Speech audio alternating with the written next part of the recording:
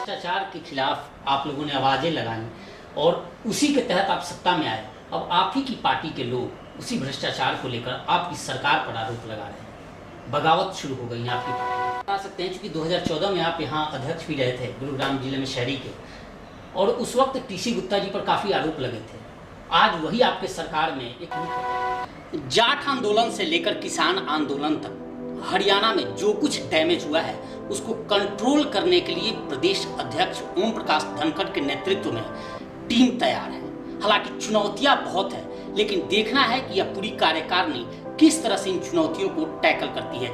इन्हीं चुनौतियों को लेकर और प्रदेश में मच रहे कुछ घमासानों को लेकर हम चर्चा करने के लिए यहाँ मौजूद हैं। हमारे साथ प्रदेश उपाध्यक्ष बीजेपी के जीएल शर्मा जी हैं। इनसे जानेंगे कि इस प्रदेश में जो संगठन में जो घमासान मचा हुआ है या जो चुनौतियां हैं उनको किस तरह से टेकल करेंगे।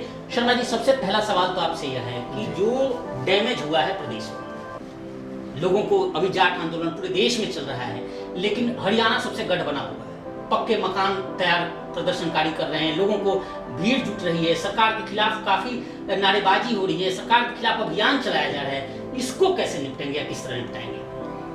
देखिए सुशील जी, सबसे पहले तो जो आपने विषय रखा है किसान आंदोलन का, इस किसान आंदोलन में कौन कौन लोग शामिल हैं इस गहराई में हमको जाना पड़ेगा। और इस गहराई में जाने के लिए हमको ये चीज़ें सारी सोचनी और समझनी पड़ेगी हरियाणा के लोगों को कि क्या ये जो किसान के नाम पे जो आंदोलन हो रहा है, वास्तविक रूप में इसको किसान कर रहे हैं या वो राजनीतिक विरोधी दल के लोग कर रहे हैं जो भारतीय जनता पार्टी की अच्छी सरकार जो किसानों के लिए काम कर रही है, जो भारतीय जनता पार्टी की सरकार जनहितैषी कार्य कर रही है, उनमें अवरोधक बनने का काम कर रहे हैं। आपको ध्यान होगा पूरे देश में जब ये कोरोना वेरिएंट आया और कोरोना वायरस का पूरे विश्व में प्रसार हुआ तो चाइना के खिलाफ एक बहुत बड़ा माहौल पूरे विश्व में बना। जिस माहौल का प्रत्युत्तर देने के लिए, चूंकि विश्व की 1/6 आबादी भारत में रहती है, तो चाइना के खिलाफ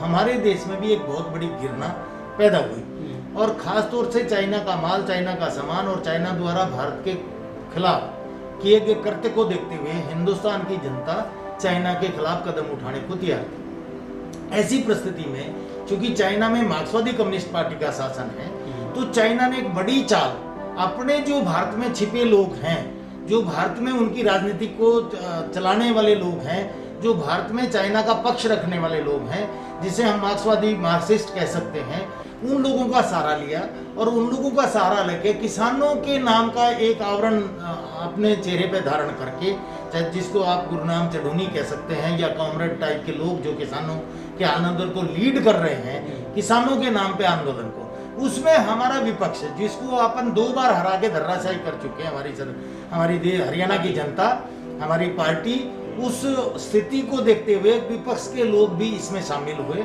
वो विपक्ष का मुख्य चेहरा दूर रहा, लेकिन उनके कार्यकर्ता इसमें शामिल। तो आज के दिन जो किसान के नाम पे आंदोलन हो रहा है उसमें वास्तविक रूप में किसान नहीं है, किसान के नाम पे विरोधी दल के लोग इकट्ठे हो रहे हैं, जिन लोगों की जमानतें जब्त होगी। चढ़ूनी ने चुनाव लड़ लिया, टिकैत ने चुनाव लड़ लिया, ये वो लोग हैं जो जनता ने धर्राशायी कर दिए थे। और किसानों के नाम पे जो चाइना के खिलाफ माहौल था, उस माहौल को ये तब्दील करने में जितना खिलाफ माहौल था उसमें चाइना की तरफ ध्यान भटक गया और इन लोगों ने जो चाइना चाहता था वो काम हमारे देश में, विशेष रूप में हरियाणा में भी करने में ये लोग थोड़े सफल हो गए। अभी जो टिकैत साहब हैं उन्होंने यह भी कहा है कि कश्मीर से भी धारा 370 हटाया गया है, वहाँ किसानों की परेशानी है और वे किसान भी अगर प्रदर्शन करने लगे तो सरकार उन्हें भी आतंकवादी बता देगी। मैं वही कहना चाह रहा हूँ जो मैं बात कर रहा था कि टिकैत साहब सिद्ध कर रहे हैं, ये लोग किसान का आंदोलन नहीं कर रहे हैं। अगर ये धारा 370 को किसान से जोड़ देते हैं तो आप मानसिकता देखिए कि वर्तमान में जो इस आंदोलन को लीड करने वाले, नेतृत्व देने वाले लोगों की सोच क्या है। धारा 370 तो कश्मीर को भारत का अभिन्न अंग बनाने के लिए हटाई गई थी और धारा 370 के साथ 35 से भी हटाई गई थी। आज कश्मीर में भी आप अलगाववादियों का, आतंकवादियों का साथ देने के लिए तैयार हो रहे हैं और आप कह रहे हैं धारा 370 के कारण से वो लोग परेशान हैं, तो आप यकीन मानिए किसानों की हक की लड़ाई लड़ रहे हैं या अलगाववादी या आतंकवादियों की हक की लड़ाई लड़ रहे हैं। टिकैत साहब अपने आप में स्वयं इस बात का निर्णय करें, सोचें कि आप बोल क्या रहे हैं, कह क्या रहे हैं, इससे किसान का क्या लाभ है। धारा 370 जो कांग्रेस बोल रही है, जो आतंकवादी बोल रहे हैं, कश्मीर का अलगाववादी बोल रहा है, वो भाषा टिकैत साहब बोल के अपने आप को क्या सिद्ध करना चाहते हैं। किसान का इससे कोई लेना देना नहीं है। किसान की फसल का भाव हो, किसान को अच्छा हक मिले, किसान को न्याय मिले, किसान को मुआवजा मिले, जो मोदी सरकार दे रही है, तो इनके पास अब कहने को कुछ भी नहीं रह गया ना। जो मैं कहना चाह रहा हूँ वही बात है कि ये ऐसे लोगों का एक गुट है जो राजनीतिक महत्वाकांक्षा पाले हुए लोग हैं, और जिन लोगों के पास कहने को कुछ भी नहीं है, जो कि जो ये कहना चाहते हैं मोदी सरकार दे चुकी है, आप कुछ भी कर लीजिए, इनने विरोध करना है, क्योंकि ये विपक्ष के लोग हैं, ये किसान नहीं है।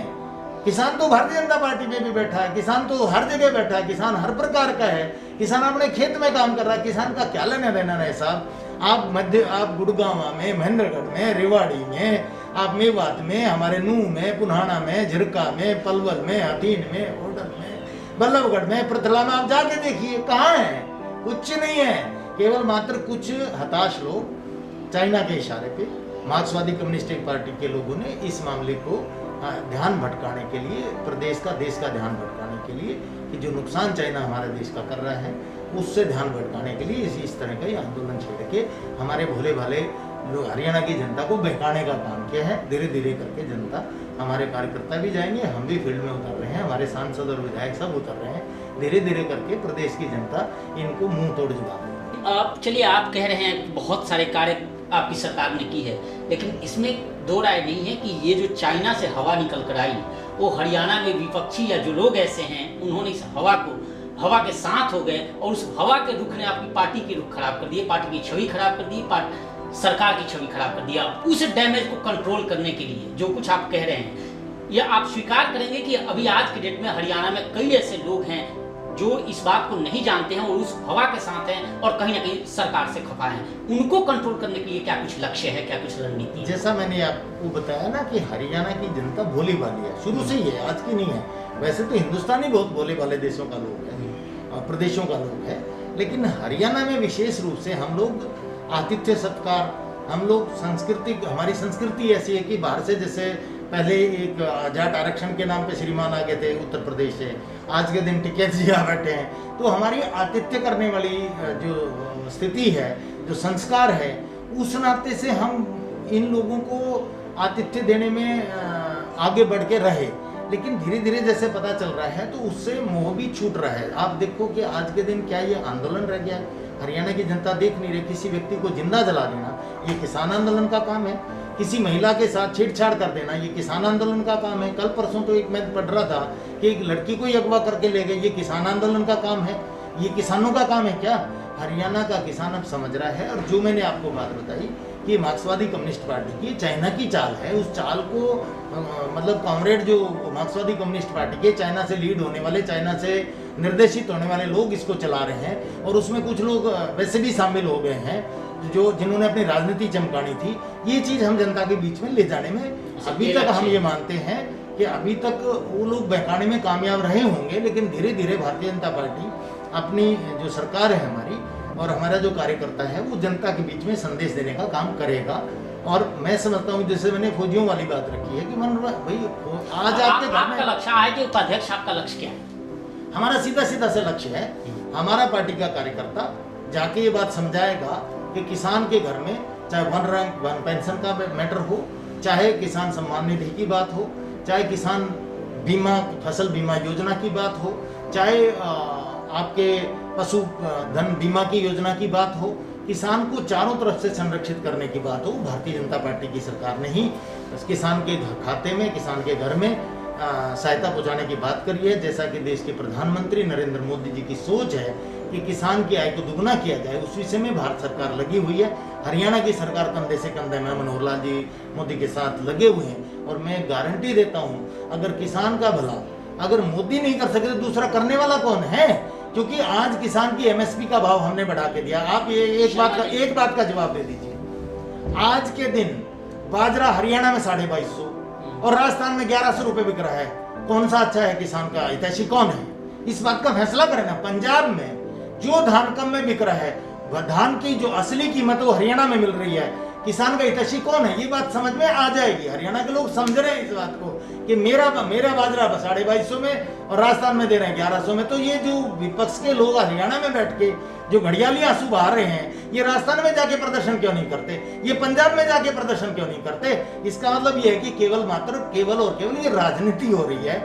और इस राजनीति को समझाने के लिए भारतीय जनता पार्टी का कार्यकर्ता फील्ड में उतरेगा और लोगों को समझाने में सक्षम होगा कि आपका हितैषी नरेंद्र मोदी ही है जो आपके खातों में पैसा डाल रहा है, जो आपकी भलाई कर रहा है, क्योंकि नरेंद्र मोदी जी की जो सोच थी पहले बनने के बाद ही उन्होंने तुरंत एक बात रखी थी कि मेरी सरकार गरीब और किसान को समर्पित सरकार है। जिस व्यक्ति ने ये संकल्प किया हो और जो पहली बार बिल्कुल साष्टांग प्रणाम करके पार्लियामेंट में प्रवेश किया हो, उस व्यक्ति के दिल में किसान के प्रति कितना दर्द है, किसान के प्रति क्या सोच है, वो धीरे धीरे करके इम्प्लीमेंट हो रही है और किसान सक्षम हो रहा है। जिस भ्रष्टाचार के खिलाफ आप लोगों ने आवाजें लगाई और उसी के तहत आप सत्ता में आए, अब आप ही की पार्टी के लोग उसी भ्रष्टाचार को लेकर आपकी सरकार पर आरोप लगा रहे हैं, बगावत शुरू हो गई है आपकी पार्टी में।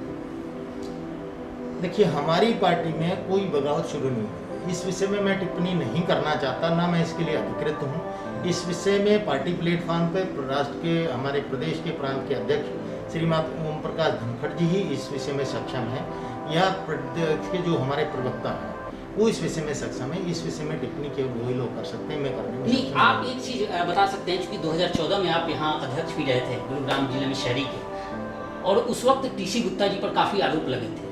आज वही आपके सरकार में एक मुख्य पद पे है। इस विषय में मेरी कोई टिप्पणी नहीं है। मैंने कहा ना कि सरकार और संगठन का पक्ष रखने के लिए हमारे पास बाकायदा पैनल बनाया हुआ है, हमारे प्रदेश के प्रवक्ता हैं, पैनलिस्ट हैं, वो इस विषय में अपना वक्तव्य। चौटाला साहब अब छूट कर बाहर आ गए हैं, क्या लगता है कई ऐसे राजनीतिक गलियारे से आवाजें आ रही है कि अब एक बार और फिर भगदड़ मचनी है, सियासत हरियाणा की गरमाने वाली है, जो लोग छोड़कर इनेलो छोड़कर इधर उधर आ गए थे, बीजेपी के भी माथे पे बल पड़नी शुरू हो गई है, चौटाला साहब कहते हैं। मैं एक बात कह सकता हूँ, हरियाणा की जनता को याद भी है, और मैं अपने सभी कार्यकर्ता बंधुओं से भी एक बात कहना चाहता हूँ, आप उस विषय को ध्यान कर लीजिए। जिस वक्त तो आज से 7-8 साल पहले का 2005 से लेकर 2013 तक का शासन था, उस शासन में भाई बचीदावाद, क्षेत्रवाद और असमान विकास की जो नीतियाँ थी, जो पर्ची और खर्ची पे नौकरियाँ लगती थी, जो आप मान के चल सकते हैं कि मेरिट खत्म होके जो अयोग्य लोग थे उन लोगों की केवल पहुंच होने के कारण से वो लोग नौकरी पाने में सक्षम हो गए।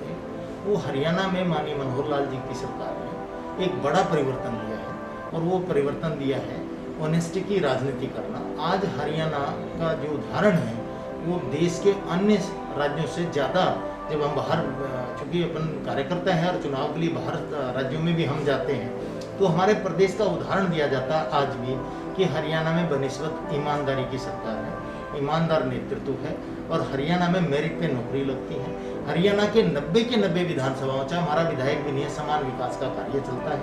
हरियाणा के अंदर जातिवाद, भाई भतीजावाद नहीं है। हरियाणा के मुख्यमंत्री ने, हरियाणा के संगठन ने, हरियाणा एक है और हरियाणा का रहने वाला व्यक्ति भी एक ही है, यानी हरियाणा एक और हरियाणवी एक के सपने को साकार करके दिखाया है। इस नाते से मैं ये कह सकता हूँ कि ओम प्रकाश जी चौटाला छूट के भी आ गए हों तो भी वो विपक्ष के नाते उनका स्वागत है, और ये मैं समझता हूँ कि हमको इस चीज़ का वेलकम करना भी चाहिए। एक बुजुर्ग आदमी है, उनकी उम्र हो चुकी है, फिर भी वो छूट के आए हैं और अच्छी सेहत के साथ आए हैं, तो हम अच्छे जो सेहत के साथ आने वाले व्यक्ति का, या हरियाणा में रहने वाले प्रत्येक राजनीतिक दल के व्यक्ति का अपन स्वागत करते हैं। अब वो राजनीति चूंकि विपक्ष की करते हैं तो अपनी राजनीति करेंगे, स्वाभाविक तौर पे करना भी चाहिए। तो जैसा वो करेंगे, जिस तरह से उन लोगों ने क्रियाकलाप पहले किए हुए हैं, जिस तरह का सोच सिस्टम बनाया हुआ है, हरियाणा की जनता का प्रभाव जो उस पर पड़ना चाहिए, जो जिस प्रकार से किस मामले में आप जेल में गए थे, किस मामले में आप जेल काट के आए हैं, ये सब प्रसन्न हरियाणा की जनता, और कोई परेशानी की बात तो नहीं है। हमारे लिए किसी प्रकार की कोई परेशानी उनके आने से नहीं है। बिल्कुल, ये थे जीएल शर्मा जी, जिन्होंने साफ तौर पे कह दिया कि जो प्रदेश में डैमेज हुई है उसको कंट्रोल करने के लिए पूरा अमला तैयार है, पूरे कार्यकर्ता तैयार हैं, और बहुत जल्द एक्शन के रूप में जन जन तक जाकर सरकार की नीतियों को पहुंचाएंगे। साथ ही इन्होंने यह भी क्या कहा कि जो लोग बगावत कर रहे हैं उन पर एक बड़ा पैनल है, वह जल्द ही फैसला लेगा। फिलहाल इस पेशकश में इतना ही। देखते रहिए प्रवासी एक्सप्रेस।